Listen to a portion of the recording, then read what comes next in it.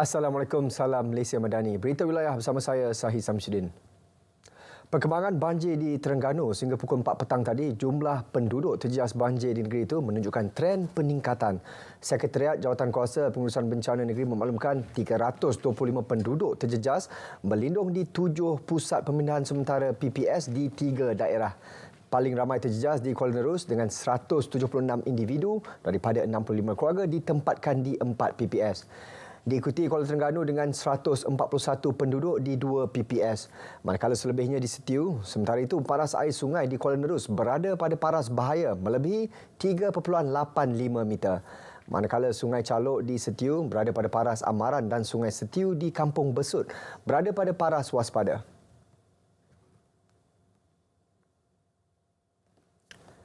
Jabatan Bomba dan Penyelamat Terengganu mahu semua penduduk terjejas banjir mengutamakan keselamatan.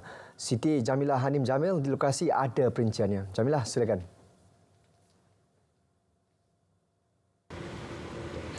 Tuan-tuan, terima kasih. Ketika ini saya berada di daerah Kuala Nerus bagi membawakan perkembangan terkini banjir.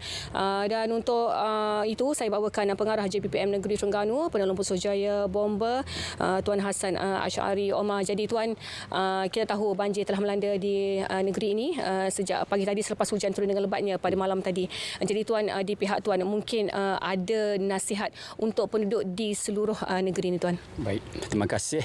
Saya dalam proses datang melihat lokasi-lokasi yang dilanda banjir di daerah Kuala Terengganu dan di daerah Kuala Nerus, dan sekarang saya berada di daerah Kuala Nerus. Saya ingin menasihatkan kepada warga negeri Terengganu agar yang pertama bersiap siaga dengan cuaca yang memang hujan yang tidak menentu dan ada tempat yang telah dilanda banjir. Oleh demikian, saya menasihatkan kepada semua rakyat negeri Terengganu ini supaya lebih berhati-hati. Yang pertama, menyelamatkan semua harta-harta yang berharga seperti kenderaan dan juga dokumen-dokumen yang penting. Apabila diarahkan oleh pihak berkuasa atau agensi penyelamat untuk berpindah, sila ikut arahan pihak berkuasa, sebab yang paling penting sekali ialah untuk kita menyelamatkan nyawa kita dahulu.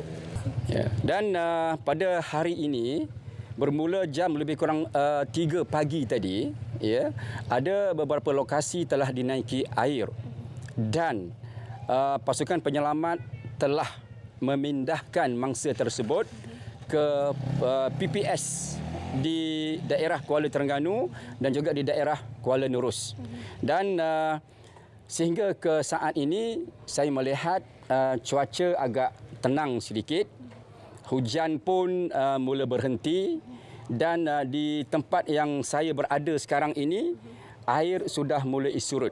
Namun demikian, cuaca ini tidak menentu. Mengikut Met Malaysia, kemungkinan hujan lebat akan datang itu masih lagi ada. Maka berwaspadalah kepada mereka yang tinggal di kawasan yang lebih rendah yang mungkin akan terlibat dengan air pasang ataupun air bah ataupun air banjir ini. Okey Tuan. Okey, terima kasih. Itu tadi dapat saya kongsikan untuk ketika ini untuk berita wilayah petang ini perkembangan banjir dari Terengganu. Itu saja dapat saya kongsikan. Kembali pada rakan tugas, silakan. Terima kasih Jamilah. 5 sekolah di Terengganu ditutup akibat terjejas banjir. Timbalan Pengarah Sektor Pengurusan Sekolah Jabatan Pendidikan Negeri Azman Othman berkata kesemua sekolah berkenaan melibatkan daerah Kuala Terengganu, Marang dan Besut. Sekolah berkenaan SK Seri Budiman, SK Losong dan SK Tok Dir di Kuala Terengganu. Manakala 2 lagi sekolah ialah SMK Tun Telanai di Marang dan Sekolah Kebangsaan Bukit Puteri di Besut.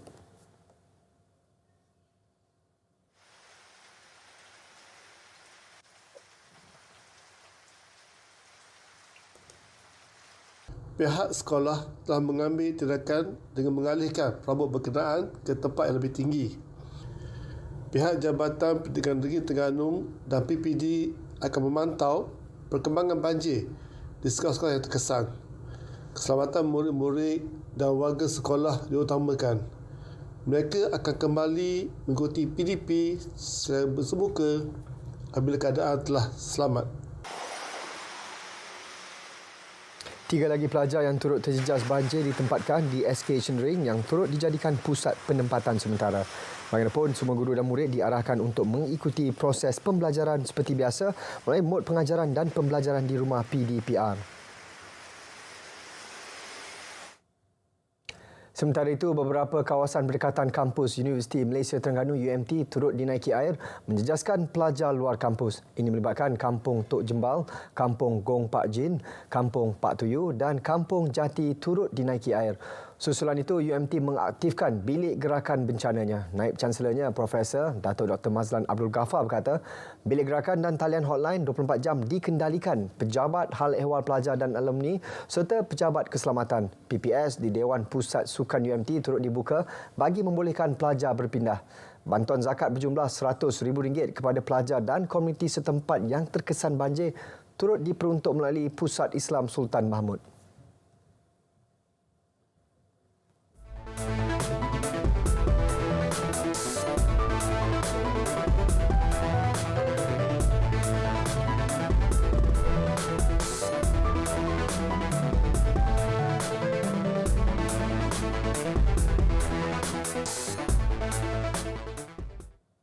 Sebelum ke laporan lain, kita ikuti perkembangan cuaca seluruh negara bersama Pegawai Met Malaysia, Wan Muhammad Hafiz Hussein.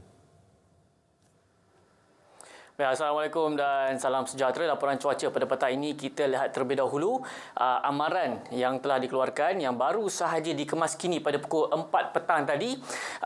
Met Malaysia masih lagi mengekalkan amaran hujan berterusan peringkat waspada dan juga buruk melibatkan 3 negeri pada ketika ini di negeri Kelantan, Terengganu dan juga Pahang, kerana dalam tempoh ini kita menerima luruan monsun yang kita jangkakan akan berterusan sehingga ke 22 November. Jadi amaran dikeluarkan bagi 3 negeri ini. Dan harus diingatkan dalam tempoh ini hujan lebat secara berterusan boleh berlaku dan ianya boleh menyebabkan banjir di kawasan berkedudukan rendah. Baik, seterusnya bagi negeri Sabah juga diletakkan amaran hujan berterusan peringkat waspada iaitu di bahagian Kudat, Sandakan dan juga di pantai barat. Dan keadaan lambat ini kita jangkakan akan berterusan sehingga ke hari ini sahaja insya-Allah sehingga 20 November 2023. Dan kita akan teruskan dengan melihat paparan gempa radar bagi melihat apa yang berlaku pada ketika ini. Jelas menunjukkan pada ketika ini banyak kelompok awan aktif yang tertumpu di bahagian pantai timur semenanjung Malaysia. Jelas pada ketika ini hujan kini sedang berlaku di sebahagian besar pantai barat semenanjung Malaysia. Pantai timur pantai timur semenanjung Malaysia daripada negeri Kelantan, Terengganu, di negeri Pahang, itu juga di timur di negeri Johor pada ketika ini. Dan kita jangkakan keadaan lembap ini akan berterusan kerana pada ketika ini di kawasan perairan Tioman ini kelompok awan ini akan terus memasuki ke kawasan daratan dan akan menyebabkan hujan yang agak panjang. Baik, selain daripada pantai timur semenanjung Malaysia, di negeri lain di semenanjung Malaysia juga merasai keadaan lembap ini pada ketika ini di negeri Perak, Selangor, Kuala Lumpur, Putrajaya dan juga di negeri Sembilan juga mengalami keadaan cuaca lembap, hujan di 1-2 tempat dan kita jangkakan keadaan hujan yang berlaku di pantai barat ini akan berterusan sehingga ke malam nanti. Buat masa kini hanya negeri Pulau Pinang dan juga Melaka sahaja yang tidak mengalami hujan pada ketika ini. Di utara, Perlis dan juga Kedah buat masa kini dalam keadaan mendung. Sedikit hujan di 1-2 tempat tetapi pada lewat petang ataupun awal malam nanti hujan yang berlaku di utara Kelantan ini akan bergerak perlahan-lahan memasuki ke negeri Kedah dan juga Pulau Pinang pada lewat petang ataupun awal malam nanti. Baik, bagi negeri Sabah pada ketika ini dalam keadaan yang agak lembap, terutamanya di bahagian Kudat dan juga Sandakan.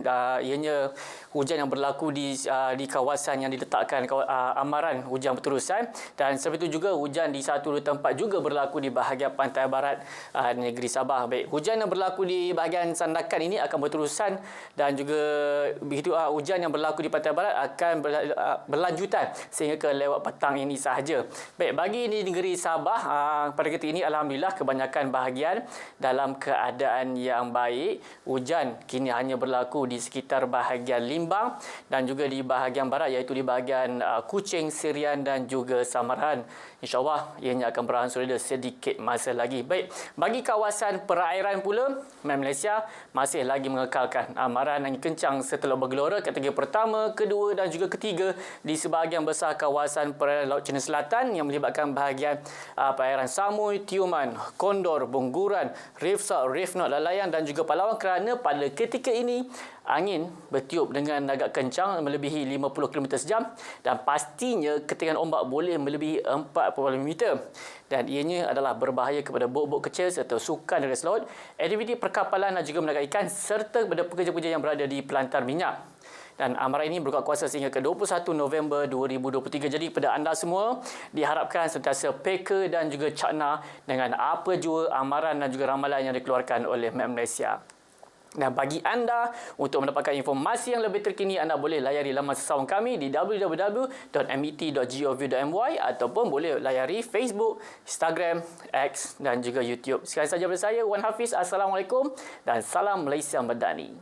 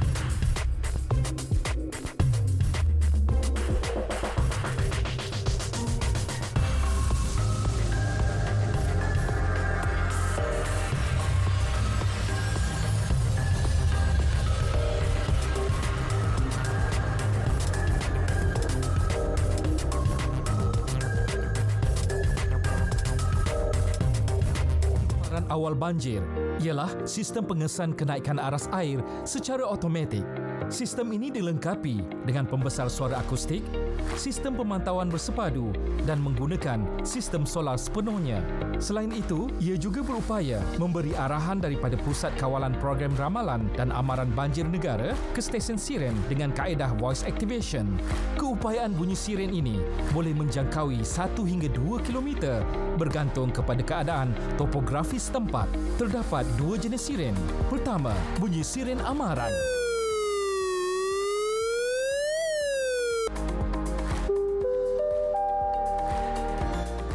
Amaran. Air sungai telah melebihi aras amaran. Semboyannya kedengaran apabila air sungai melepasi aras amaran dan penduduk diminta bersiap sedia untuk berpindah. Kedua, bunyi siren bahaya.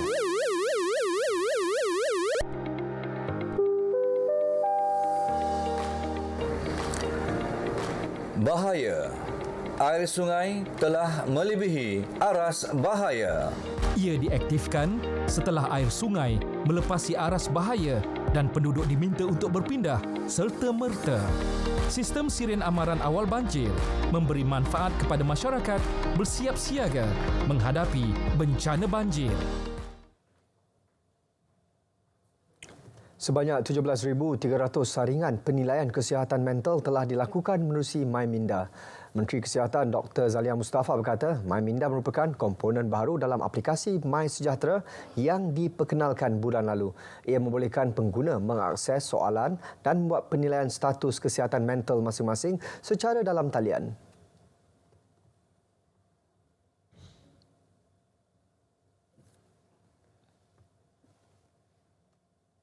Sejak ia dilancarkan, tidak sampai sebulan yang berhormat, iaitu pada 15 November 2023, kita dapati dalam MySejahtera ini telah ada sejumlah 17,300 saringan yang telah dilakukan. Dan daripada situ sebanyak 3,983 iaitu 23% daripada saringan itu kita dapati mempunyai risiko kemurungan. Kemudian 15% lagi iaitu 2,592 mempunyai risiko keresahan. Jadi individu-individu yang mempunyai risiko begini, mereka sebenarnya ada akses secara terus melalui MySejahtera MyMinda ini bahan-bahan psikopendidikan yang boleh dilihat terus, ataupun jika mereka mahu mendapatkan bantuan dari sudut kaunseling dan sebagainya, mereka boleh menghubungi talian bantuan krisis kami iaitu talian HEAL. Rang Undang-Undang RUU Suruhanjaya Kanak-Kanak Malaysia akan dibentang pada sesi Dewan Rakyat minggu depan. Menteri di Jabatan Perdana Menteri, Undang-Undang dan Reformasi Institusi, Datuk Seri Azlina Othman Said optimis ia dapat dibentang sebelum mesyuarat ketiga penggal kedua Parlimen ke-15 menutup tirai.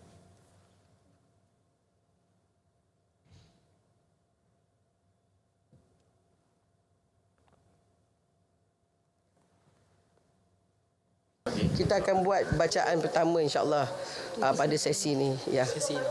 Ya, we hope so. Kita ada 3 hari untuk rang undang-undang. So kita cuba tengoklah bila ada masa. Tapi yang penting sekali rang undang-undang tu insya-Allah kita harap boleh dibentang di atas meja ahli parlimen lepas undang-undang belanjawan ini diluluskan. Beli. Betul lah, Shopee ada penghantaran percuma.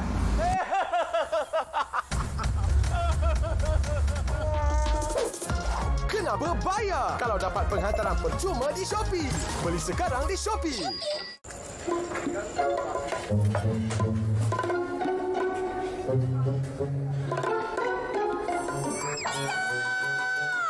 Aku nak makan! Siti, kenapa tak makan? Banyak sangat ni, boleh ke? Cuba ni, Orange Fiber Extra V Asia. Mudah je, cuma bancuh dan minum. Diperkaya dengan fiber dan Garcinia Cambogia. Tak perlu pelapar lagi dengan Orange dan Apple Fiber Extra. Pastikan V Asia baru beli.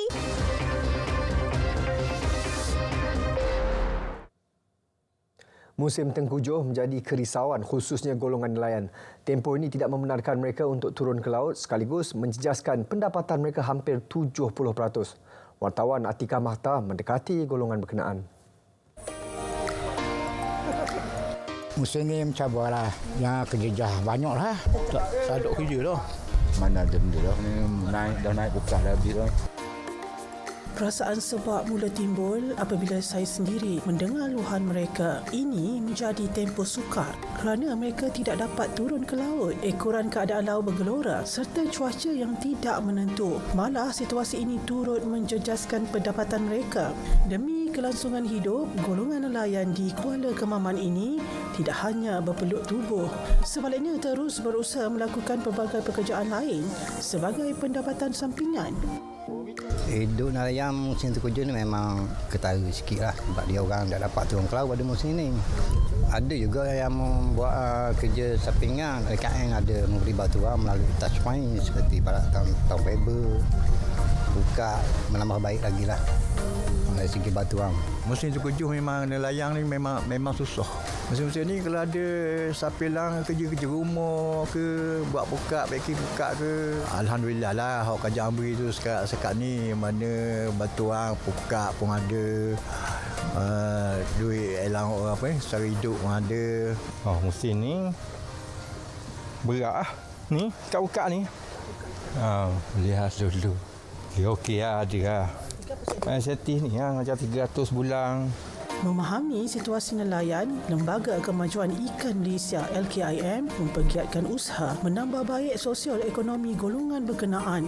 Tumpuan utamanya meningkatkan pendapatan nelayan khusus pada musim tengkujuh. Antaranya program pembangunan aquakultur komuniti nelayan melalui ternakan ikan dalam sangkar dan udang dalam kolam sebagai pendapatan alternatif selain memperluas pasaran ikan segar beku ke seluruh negara. Memang menjadi salah satu agenda dan juga visi IKM untuk meningkatkan taraf sosio-ekonomi nelayan.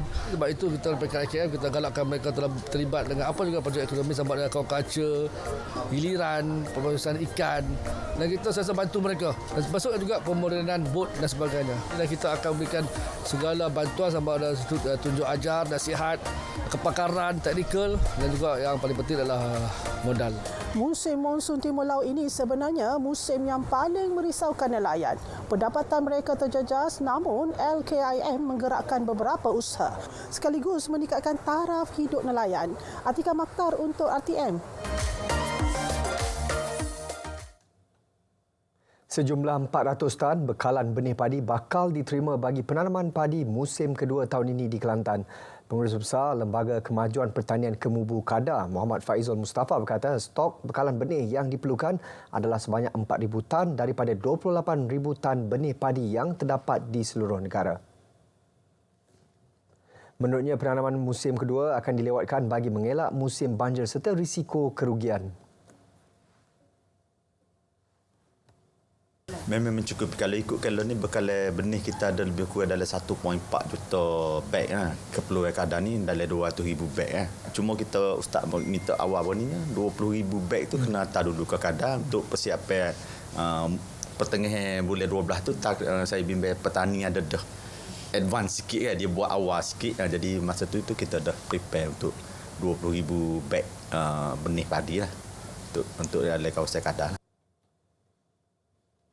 Setakat ini, Kedah tidak menerima rungutan pesawah berkait penetapan harga benih padi sah BPS RM45 per 20 kg daripada pembekal kerana dilihat relevan dengan situasi semasa. Ketua Penerangan Bersatu Datuk Razali Idris hadir ke IPD Kemaman bagi memberi keterangan berhubung kenyataan berbaur fitnah terhadap SPRM baru-baru ini. Beliau dipercayai membuat kenyataan tersebut ketika berucap pada Majlis Pelancaran Jentera Pilihan Raya PN bagi PRK Kemaman 10 November lalu. Datuk Razali tiba di IPD Kemaman kira-kira pukul 10 pagi bersama peguam dan kira-kira 20 orang penyokong. Beliau selesai memberi keterangan setengah jam selepas itu dan disiasat di bawah Seksyen 4-1 Akta Hasutan 1948 dan Seksyen 233 Akta Komunikasi dan Multimedia 1998. Kompleks Pemuliaan Al-Quran terbesar di Pahang mampu melepuskan lebih 500 kg Al-Quran dan bahan bercetak mengandungi ayat Al-Quran dalam satu-satu masa. Kompleks di Cenoh, maran itu dibina bagi menampung permintaan terhadap aktiviti pelupusan Al-Quran dan bahan bercetak mengandungi ayat Al-Quran yang semakin bertambah. Exco Negeri Datuk Seri Syed Ibrahim Syed Ahmad berkata Kementerian Perumahan dan Kerajaan Tempatan pada tahun lalu telah memperuntukkan sebanyak RM280,000 bagi pembinaan kompleks yang dikendalikan Jabatan Agama Islam Pahang JAIP. Manakala RM200,000 telah disalurkan Kerajaan Negeri bagi penambahan prasarana antaranya penyediaan rumah tamu, 3 kontena bagi menyimpan teks dan abu Al-Quran serta beberapa barangan elektronik. Selain di Cenoh, terdapat sebuah lagi pusat pemuliaan Al-Quran iaitu di Peramu Pekan. Sementara itu, Ketua Penolong Pengarah Penyelidikan JAIP Nur Rizwan Abdul Manan berkata sebanyak 12 tan Al-Quran dan bahan bercetak mengandungi ayat Al-Quran telah dilupus di kompleks tersebut.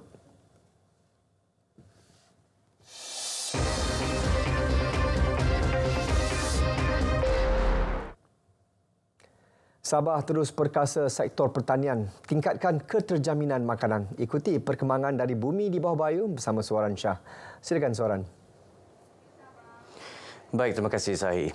Sektor pertanian menyumbang 15.2% kepada keluaran dalam negara kasar KDNK Negeri Sabah tahun lalu dengan nilai RM12.5 bilion. Sumbangan sektor berkenaan didominasi subsektor kelapa sawit sebanyak 9.6%. Menteri Pertanian, Perikanan dan Industri Makanan Negeri Datuk Seri Panglima Dr. Jeffrey G. Kitingan berkata pelbagai usaha diambil dan ditambah baik bagi meningkatkan pengeluaran hasil pertanian khususnya tanaman makanan.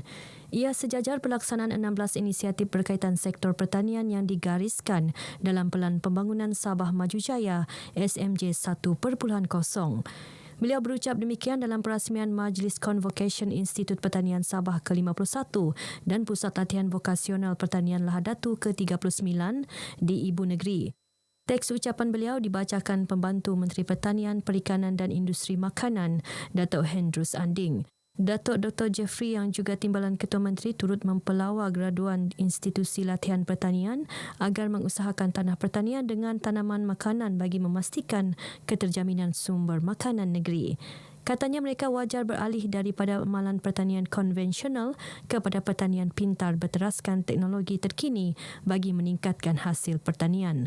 Seramai 111 graduan menerima sijil pertanian masing-masing, termasuk 92 penerima sijil vokasional pertanian. Daripada jumlah itu, 75 graduan telah ditawarkan pekerjaan oleh agensi kerajaan dan swasta. Seramai 1,000 klien mendapatkan rawatan di Pusat Kesihatan Mental dan Fizikal Kanak-kanak dan Remaja CHAMP Universiti Malaysia Sabah UMS sejak ia dibuka secara rasmi 4 September lalu. Pusat berkenaan menawarkan perkhidmatan bagi kanak-kanak dan remaja berkeperluan khas yang mempunyai isu perkembangan saraf dan tingkah laku. Naib Chancellor UMS Profesor Datuk Dr. Kasim Mansur berkata, Pusat CHAMP UMS mampu membimbing kanak-kanak dan remaja berkeperluan khas seperti pengidap autisme, gangguan kecelaruan tumpuan dan kelasakan, kelewatan perkembangan pertuturan, masalah pembelajaran dan masalah tingkah laku.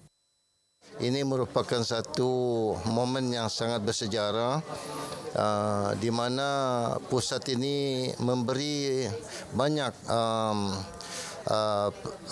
kemudahan ataupun memberi bantuan dari segi persiapan pengajaran kepada anak budak-budak yang mempunyai masalah tentang adolescent mental dan physical health. Datuk Dr. Kasim memberitahu RTM ketika ditemui selepas majlis perasmian Pusat CHAMP UMS. Sementara itu, Presiden Persatuan Autisme Sabah Jennifer Balanting berkata, penubuhan Pusat CHAMP UMS mampu membantu ibu bapa mendapat akses pembelajaran dan terapi bagi kanak-kanak berkeperluan khas di Sabah. Saya adalah ibu kepada seorang anak autism. I feel excited and very proud to say that UMS ada provide facility for the special needs. So this is something as a parent we have been waiting for such a long time. This is a good milestone for the school, the university to open up and provide more opportunities for the special needs to access the education and therapies in the university. Pusat CHAMP UMS dikendalikan oleh Hospital Universiti Malaysia Sabah. Tiada kes jenayah hidupan liar membabitkan orangutan dilaporkan di Sabah dalam tempoh 3 tahun ini. Ia termasuk kes pemburuan haram atau dijadikan haiwan peliharaan. Menteri Pelancongan, Kebudayaan dan Alam Sekitar Datuk Christina Liew berkata perkembangan positif itu membolehkan Pusat Pemulihan Orang Utan memberi fokus kepada operasi menyelamat haiwan itu daripada faktor semula jadi, konflik dan kekurangan habitat. Beliau berucap merasmikan penutupan orang utan Caring Week 2023 di Pusat Pemulihan Orang Utan Sepilok. Teks ucapannya dibacakan Pengarah Jabatan Hidupan Liar Sabah Agustin Tuga. Datuk Christina berharap jenayah hidupan liar khususnya melibatkan orang utan tidak akan berulang lagi. Katanya kerjasama orang ramai amat diperlukan bagi memantau kehadiran orang utan di habitat berdekatan agar haiwan itu tidak terdedah kepada bahaya termasuk digigit anjing. Sambutan Orang Utan Caring Week yang bermula 13 November lalu merupakan salah satu pengisian kempen kesedaran yang terkandung dalam Pelan Tindakan Orang Utan untuk Sabah 2020-2029. 16 individu ditahan dalam operasi bersepadu Road Checkpoint RCP Kalabakan Siri 2 2023 Eastern Sabah Security Command ESCOM yang dijalankan berhampiran sempadan daratan daerah Kalabakan baru-baru ini. Individu terbabit ditahan kerana disyaki terlibat dalam pelbagai kesalahan. Komander ESCOM Datuk Victor Sanjos berkata 2 individu ditahan kerana disyaki memiliki senapang buatan sendiri jenis bakakuk bersama beberapa butil peluru hidup yang disembunyikan dalam kenderaan dan premis yang terlibat pemeriksaan. Manakala 6 individu lain ditahan kerana didapati positif dadah jenis syabu dan 8 yang lain merupakan pendatang asing tanpa izin parti warga negara Filipina dan Indonesia. Mendedahkan perkara itu dalam satu kenyataan media, Datuk Victor berkata, kesemua mereka didakwa di bawah Seksyen 8-A Akta Senjata Api 1960 dan Akta Dadah Berbahaya 1952 serta 6-1-C Akta Immigration 1959-63. Katanya sebanyak 21 keping saman turut dikeluarkan hasil pemeriksaan ke atas 224 kenderaan dan 426 individu kerana pelbagai kesalahan lalu lintas. Operasi bersepadu selama 3 hari yang berakhir Sabtu lalu dijalankan dengan kerjasama polis Diraja Malaysia, Angkatan Tentera Malaysia, agensi-agensi kerajaan dan pihak berkuasa tempatan. Orang ramai yang mempunyai maklumat berkaitan insiden keselamatan di Zon Selamat Sabah Timur S-Zone boleh menghubungi Pusat Operasi Eskom di talian tertera. 209 peserta terdiri 130 calon ujian penilaian kelas KAFA UPKK dan 79 calon sijil rendah agama SRU menyertai Kem Mumtaz Bestari dan Bina Jati Diri UPKK SRU 2.0 di Kampung Padas Damit, Beaufort. Para peserta merupakan pelajar dari 20 buah sekolah agama di kawasan Dun Lumadan. Adun Lumadan Datuk Ruslan Muharam berkata, kem ini bertujuan memberi pendedahan kepada peserta mengenai teknik menjawab soalan SRU yang akan berlangsung pada 4 hingga 8 Disember ini dan UPKK bermula 16 hingga 24 Januari tahun depan. Sudah tentu dengan adanya program seumpama ini mereka mendapat banyak input daripada penceramah kita dan juga mereka dapat mengenali kawan-kawan mereka daripada sekolah-sekolah, 20 buah sekolah. Bercakap kepada RTM selepas merasmikan program di Dewan Seri Dayang Kampung Padas Damit ini, Datuk Ruslan menjelaskan kem ini juga merupakan inisiatif pembentukan modal insan yang seimbang dari aspek jasmani, emosi, rohani dan intelek. Beliau juga menasihati ibu bapa agar sentiasa mendidik dan memantau anak-anak agar tidak terpengaruh dengan gejala tidak bermoral. Program turut diisi dengan slot solidariti Palestin seperti solat hajat, tazkirah, bacaan kunut nazilah dan tekapan tapak tangan pada kain putih yang membentuk bendera Palestin. Baik, setakat ini perkongsian dari Negeri di Bawah Bayu. Terus ikuti lebih banyak perkembangan semasa dalam negara bersama Sahi. Dari sungai hingga ke segara, Palestin pasti merdeka. Sahi, silakan. Baik, Suaran, terima kasih. Beli! Bos, betul lah Shopee ada pengantaran percuma.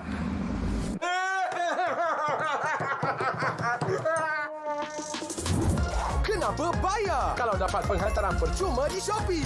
Beli sekarang di Shopee.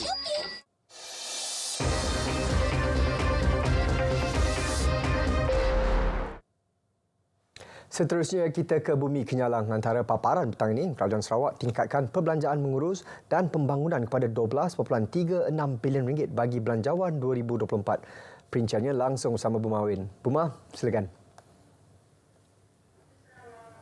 Baik, terima kasih Sahi.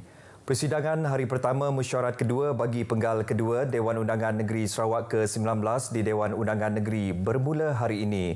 Kerajaan Sarawak dalam Belanjawan 2024 meningkatkan perbelanjaan mengurus dan pembangunan daripada RM11.5 bilion pada 2023 kepada RM12.36 bilion pada 2024.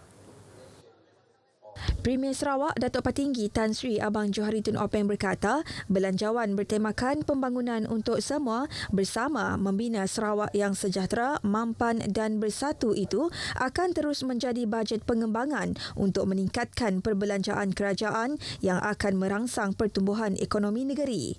Belanjawan itu juga mengimbangi cabaran yang dihadapi ketika ini selain mewujudkan lebih banyak peluang untuk rakyat Sarawak.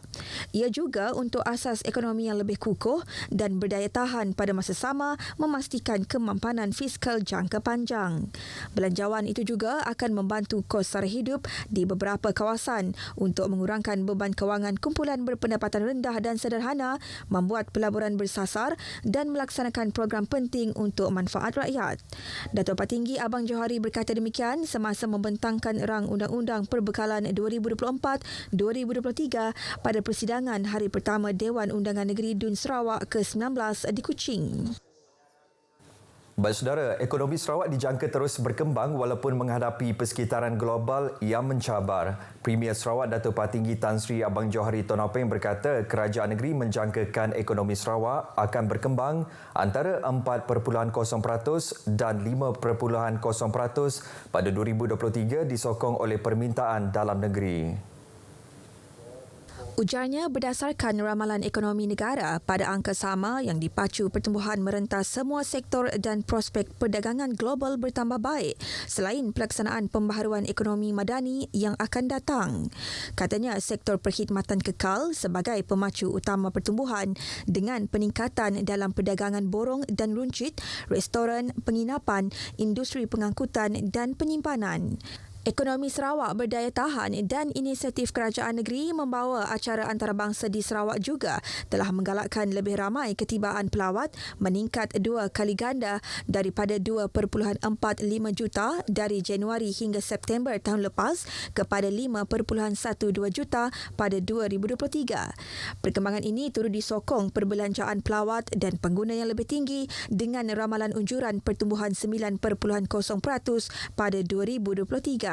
Pertumbuhan dalam sektor pembuatan dijangka sederhana kepada 3.3% pada 2023 manakala pengeluaran LNG merosot pada separuh pertama 2023 berikutan gangguan bekalan gas suapan, penutupan tidak dirancang dan permintaan luar yang lembab. Keadaan ini dijangka bertambah baik pada separuh kedua 2023 dengan bekalan gas suapan datang dari padang pegaga.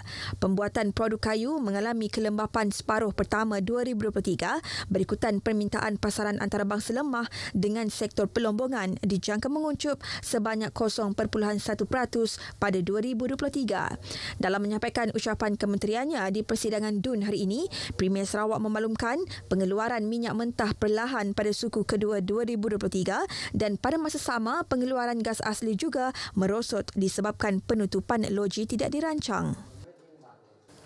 Sementara itu, Belanjawan Sarawak 2024 dijangka menjana lebihan RM386 juta dengan unjuran hasil RM12,749 juta dan jumlah perbelanjaan biasa berjumlah RM12,363 juta.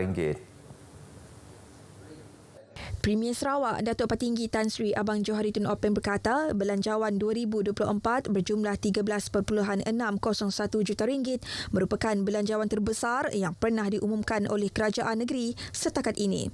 Beliau yang juga Menteri Kewangan dan Ekonomi Baharu memaklumkan ini membuktikan prestasi pengurusan kewangan yang baik. Belanjawan 2024 akan digunakan untuk memperkembangkan pelaburan khususnya dalam infrastruktur dan mensejahterakan rakyat. Dalam perkembangan lain, Ahli Dewan Undangan Negeri Jepa Iskandar Turki mengangkat sumpah jawatan pada persidangan hari pertama mesyuarat kedua bagi penggal kedua Dewan Undangan Negeri Sarawak yang ke-19 di Dewan Undangan Negeri Petrajaya Kuching pada hari ini. Majlis angkat sumpah dan menandatangani surat sumpah taat setia diadakan di hadapan Speaker Dewan Undangan Negeri Tan Sri Dato' Amar Muhammad Asfia Awang Nasar dan Ahli Dewan Undangan Negeri yang lain. Iskandar merupakan bekas pengarah agensi anti dadah kebangsaan Cawangan Sarawak menewaskan calon Parti Bumi Kenyalang PBK Stephen Joseph Sumbang dan calon Parti Aspirasi Rakyat Sarawak Aspirasi Cheng Lie Ping dengan majoriti 8,784 undi pada pilihan raya kecil Jepa 4 November lalu. PRK itu diadakan susulan kematian penyandangnya untuk hampir 6 penggal iaitu Allahyarham Datuk Talib Zulkifli pada 15 September lalu. Dalam pada itu, persidangan hari pertama mesyuarat kedua bagi penggal kedua Dewan Undangan Negeri Sarawak yang ke-19 di Dewan Undangan Negeri hari ini telah dimulakan dengan pemasyuran oleh Speaker Dewan Undangan Negeri Tan Sri Muhammad Asfia Awang Nasar. Tan Sri Dato' Amar Muhammad Asfia dalam pemasyurannya mengucapkan tahniah kepada Adun Jepa Iskandar Turki atas kemenangan beliau dalam pilihan raya kecil Dewan Undangan Negeri Jepa yang lalu. Beliau juga menzahirkan tahniah atas penganugerahan pingat kepada Timbalan Premier, Menteri-Menteri, Timbalan Menteri, Ahli Dewan Undangan Negeri yang menerima pingat dan darjah kebesaran negeri bersempena Hari Jadi ke-87 yang di-Pertua Negeri Tun Pehin Sri Abdul Taib Mahmud pada Oktober lalu. Antaranya Timbalan Premier Datuk Seri Dr. Sim yang dianugerahkan darjah utama yang amat mulia Bintang Kenyalang Sarawak, Datuk Amar Bintang Kenyalang yang membawa gelaran Datuk Amar. Beliau juga memaklumkan persidangan akan berlangsung selama 8 hari kecuali pada hujung minggu. Sarawak akan menubuhkan tabung amanah perumahan kos rendah bagi memudahkan proses pembinaan rumah kos rendah yang berkualiti. Premier Sarawak Dato' Patinggi Tan Sri Abang Johari Tonopeng berkata, dana tersebut akan diperoleh menerusi pembayaran langsung oleh pemaju perumahan swasta berbanding syarat pembinaan secara fizikal 10% dari nilai keseluruhan projek. Jelasnya, cadangan terbaru itu akan dibentangkan kepada Kabinet Negeri ini melibatkan dana 30% dari nilai keseluruhan projek swasta bagi membolehkan projek fizikal tersebut dibina oleh kerajaan.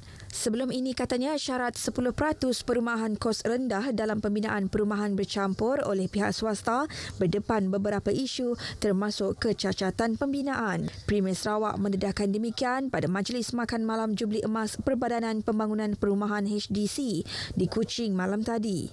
Ditubuhkan oleh Kerajaan Negeri sejak 1972, HDC telah membina sejumlah 40,000 unit merangkumi rancangan penempatan semula RPS, rancangan perumahan rakyat RPR dan rumah mampu milik RMR. Baik saudara, perkongsian itu tadi mengakhiri berita dari Sarawak. Dari sungai hingga ke segara, Palestin pasti merdeka. Baik, kita kembali bersama Sahi di Angkasa Puri untuk berita seterusnya. Sahi, silakan. Baik, Bumar, terima kasih.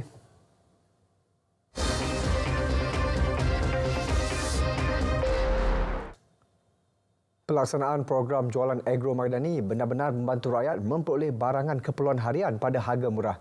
Perinciannya langsung bersama Ahmad Iqbal Arif Yaakob di studio RTM Kangar. Baik, terima kasih Sahi. Pelaksanaan program jualan agro Madani terus memberi manfaat kepada golongan sasar di seluruh negara. Inisiatif oleh Kementerian Pertanian dan Keterjaminan Makanan itu membantu meringankan kos sara hidup ditanggung rakyat.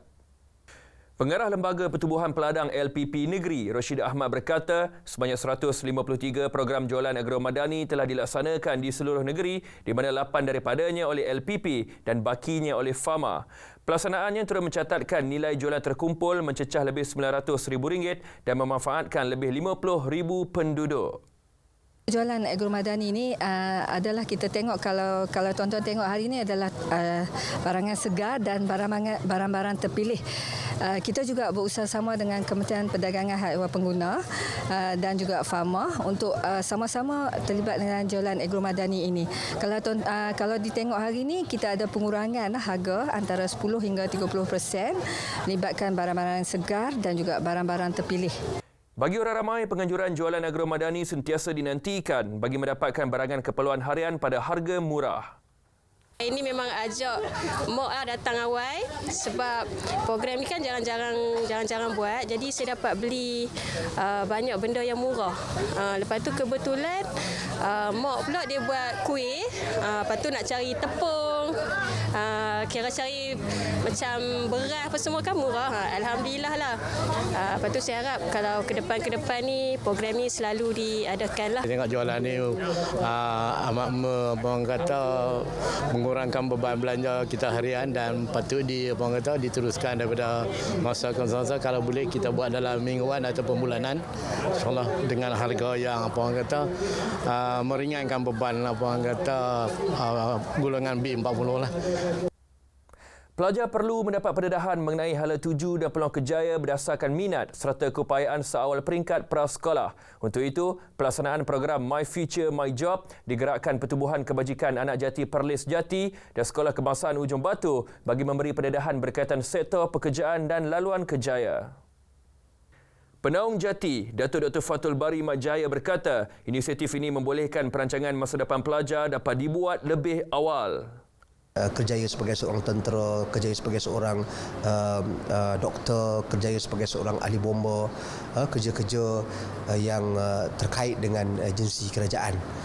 Yang mana ini saya kira kita telah mampu menanam semangat dan pemahaman tentang pentingnya bercita-cita dan pentingnya berpartisipasi dalam agensi-agensi kerajaan untuk kembali berkhidmat kepada rakyat. Harapan dari pihak sekolah, kami melalui unit kaunseling, bimbingan dan kaunseling sekolah akan sama-sama turut membantu murid untuk merealisasikan supaya kerjaya yang mereka minati itu akan terlaksana pada satu hari nanti. Pada majlis sama, Jati menyerahkan satu set pahawa dingin untuk kegunaan sekolah dan merasmikan surau sekolah berkenaan. Program Jalinan Kasih Penduduk dan Masyarakat setempat menjadi platform mendekatkan komuniti dengan agensi kerajaan dan pertubuhan bukan kerajaan NGO. Pelaksanaannya juga meningkatkan media interaksi, perkongsian maklumat dan penyelesaian isu berkaitan komuniti. Bagi pengerusi Persatuan Penduduk Pasopuri Terinai Wang Ulu, Hashimah Ismail, program tahunan itu menjadi wadah perpaduan dan penyatuan antara agensi kerajaan dan masyarakat serta sukarelawan terlibat. Kalau boleh itu minta penduduk semua membagi kerjasama lah untuk menjayakan program bersama masyarakat dan juga setempat, dan juga inilah apa student-student pun ada juga terlibat dalam program. Kira baguslah dalam masyarakat kita bersatu hati. Beliau memaklumkannya pada program Jalinan Kasih Penduduk dan Masyarakat setempat Seri 1 di Kompleks Perumahan Tan Sri Aisyah Ghani UNIMAP yang dirasmikan Ahli Parlimen Kangal Zakri Hassan. Program dianjurkan Persatuan Penduduk Pasopuri Terinai Wang Ulu dengan kerjasama Persatuan Kebajikan Joggers Perlis dan Pertubuhan Aspirasi Perhatian Malaysia disertai lebih 200 penduduk.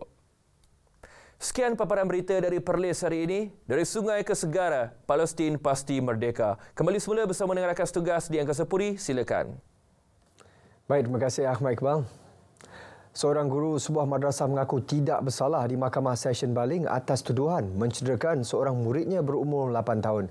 Amirul Hakim Johari, 27 tahun, didakwa menyebabkan kecederaan fizikal dan emosi terhadap kanak-kanak lelaki di sebuah sekolah di Kampung Durian Burung Sek 11 November lepas.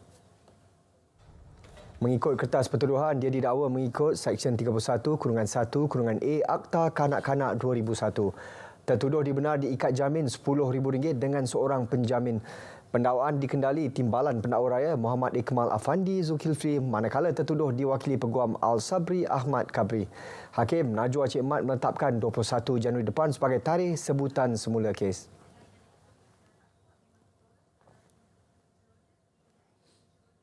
5 graduan cemerlang Universiti Sains Malaysia USM akan dianugerahkan hadiah pingat emas dan anugerah pelajaran diraja oleh Majlis Raja-Raja pada sidang convocation ke-61. Menariknya, salah seorang penerima merupakan graduan OKU. Nur Hafiz Abdul Jalil yang mengidap SLE atau penyakit lupus sejak tahun 2017 dipilih untuk menerima pingat emas pelajar kurang upaya.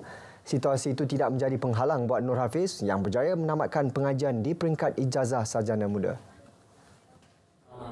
Jadi saya baru tanda tangan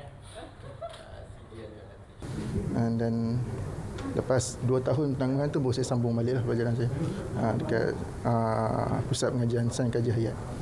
Motivasi untuk saya ibu bapa lah, sebab saya pun dah tua lah, saya 31 tahun, tapi saya macam kalau boleh saya dah start belajar ni, saya nak habiskan juga lah sampai degree ni, insyaAllah, Alhamdulillah, dan berjaya habiskan walaupun ada banyak penangguhan, ada banyak dugaan apa semua kan. Ibunya bangga dan bersyukur Nur Hafiz berjaya mencapai kecemerlangan di sebalik ujian menimpa.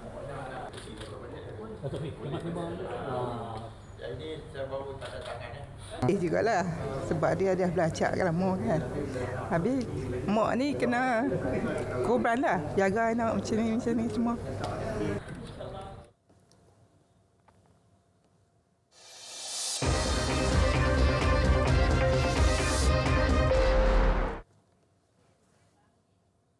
Kes penderaan membabitkan kanak-kanak di negara ini merekodkan peningkatan sejak 2 tahun lalu. Pada tahun 2021, Jabatan Kebajikan Masyarakat JKM merekodkan 6,144 kes dan angka tersebut meningkat kepada 6,770 kes tahun lalu. Kalau dilihat ni semakin hari semakin banyak kes yang dilaporkan berbanding dengan tahun yang lepas, meningkatlah kan, meningkat kesnya. Mungkin kalau kita melihat kes meningkat ni tidak semestinya dia lebih tinggi daripada yang dulu, tetapi mungkin lebih laporan dibuat ya. Sebab kita kurang pasti sama ada sebelum ini mungkin ada ramai yang tidak melapor kes. Sebab tu biasanya kalau kita melihat kepada data itu menunjukkan apa yang dilaporkan. Mengenai kes kanak-kanak 8 tahun dipukul di salah sebuah madrasah di Sik Kedah minggu lalu, kementeriannya masih menunggu siasatan penuh pihak polis dan akan mengambil tindakan susulan dengan kaunseling kepada keluarga mangsa. Beliau kata demikian selepas sambutan Hari Kanak-kanak Peringkat Kebangsaan bertemakan Hak Kami, Masa Depan Kami di Johor Bahru. Kaedah laluan kontra bagi membantu penyuraian trafik zon bebas kenderaan di Melaka setiap hujung minggu akan dilaksana. Ketua Menteri Datuk Seri Abdul Rauf Yusof berkata inisiatif itu membabitkan Jalan Little India ke Bandar Kaba, juga Jalan Cangkun Cheng menghala ke arah Hotel Equatorial.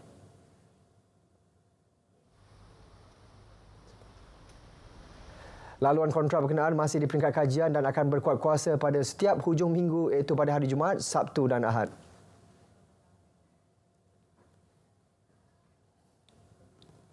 Penjuraian trafik ini akan membantu peniaga-peniaga dan juga pengusaha hotel supaya kekal sebagai hotel-hotel pilihan kepada pengunjung dan pelancong, dan tidak lagi mereka dibelenggu bahawa penutupan jalan ini akan mengurangkan kedatangan pelancong ke hotel-hotel mereka. Jadi insya-Allah kita akan menjalankan tempoh percubaan aliran trafik kontra ini dalam masa yang terdekat sebelum Tahun Melawat Melaka. Laluan mewujudkan laluan kontra itu merupakan inisiatif kerajaan negeri bagi menambah baik sistem trafik di kawasan utama pelancongan Melaka agar kesesakan jalan raya dapat dikurangkan pada waktu puncak.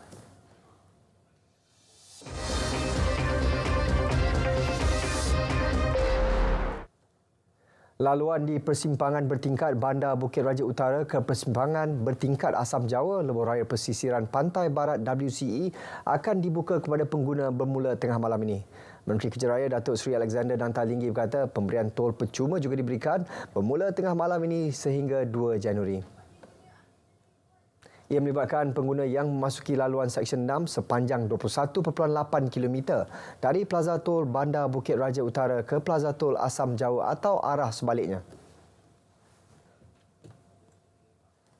Saya beri peluang kepada pengguna untuk beberapa minggu dan kadang-kadang sebulan dibuka. Jadi ini saya telah tetapkan tadi dalam pengumuman saya, dia sebaik saja dari masa yang dibuka 21 bulan tengah malam ini, besok, sehingga 2 Januari. Kita ambil kira banyak cuti lah.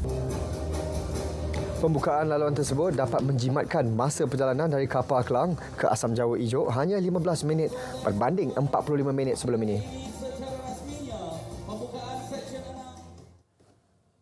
Tanggungjawab menyedia dan membangunkan laluan kenderaan mikromobiliti seperti skuter elektrik tertakluk kepada bidang kuasa pihak berkuasa tempatan PBT. Bagaimanapun, pembangunannya perlu mematuhi garis panduan yang ditetapkan. Itu kajian penilaian impak turut dijalankan bagi melihat kesan ekonomi, sosial dan keselamatan pelaksanaan kenderaan mikromobiliti ini.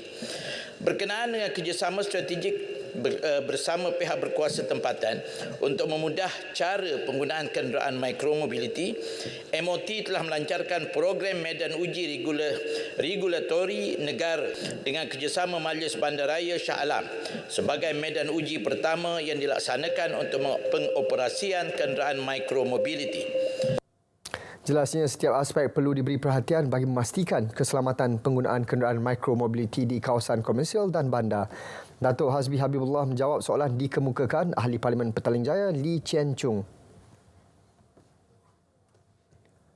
Timbalan Perdana Menteri mengesahkan terdapat individu cuba melakukan penipuan menggunakan gambar profilnya menerusi WhatsApp, Telegram serta Facebook.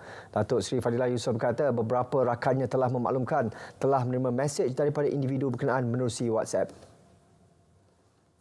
Menerusi hantaran di Facebook, Datuk Seri Fadilah maklumkan individu berkenaan melakukan penipuan menggunakan nombor telefon bimbit 011-1404-5313. Setelah disemak, nombor itu turut digunakan di aplikasi WhatsApp dan Telegram dengan menggunakan gambar profil beliau.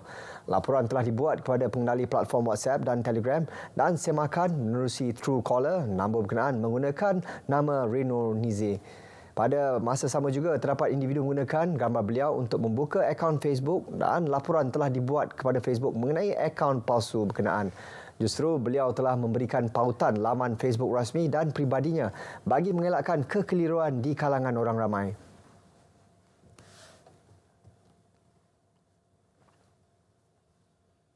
Situasi cuaca tidak menentu akibat monsun timur laut memberi kesan kepada kesihatan masyarakat dalam pelbagai aspek.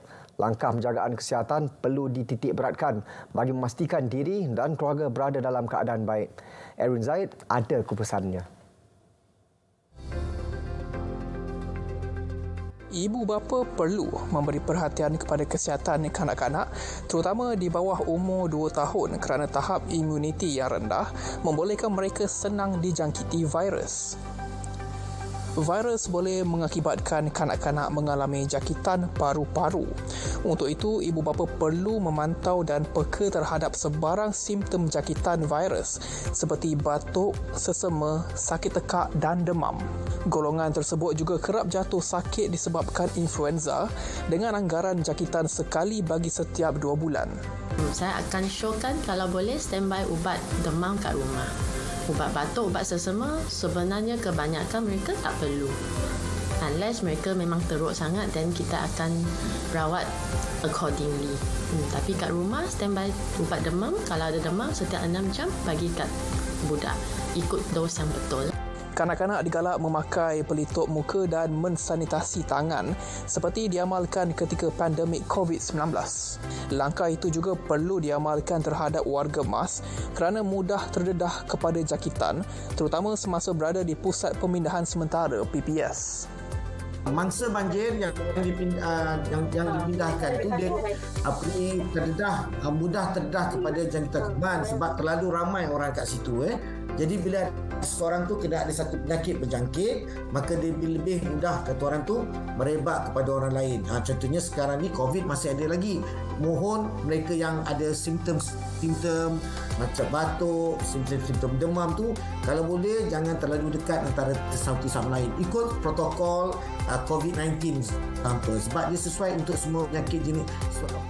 Kekerapan cuaca panas dan hujan ketika ini juga berisiko menularkan wabak denggi dan malaria kerana nyamuk Aedes dan Anopheles akan mudah membiak dalam lopak air yang terhasil. Johor dijangka menerima 2 hingga 3 episod hujan lebat berterusan dalam tempoh November hingga Mac tahun hadapan. Kesihatan merupakan tunjang utama kehidupan harian masyarakat tanpa mengira tua ataupun muda. Jadi terutama ketika cuaca tidak menentu pada ketika ini, penjagaan rapi perlu diambil bagi memastikan semua golongan terutama kanak-kanak bebas daripada sebarang jangkitan. Erwin Zaid, RTM. Paparan itu mengakhiri berita wilayah hari ini. Dari sungai hingga ke segara, Palestin pasti merdeka. Malaysia Madani, tekad perpaduan penuhi harapan.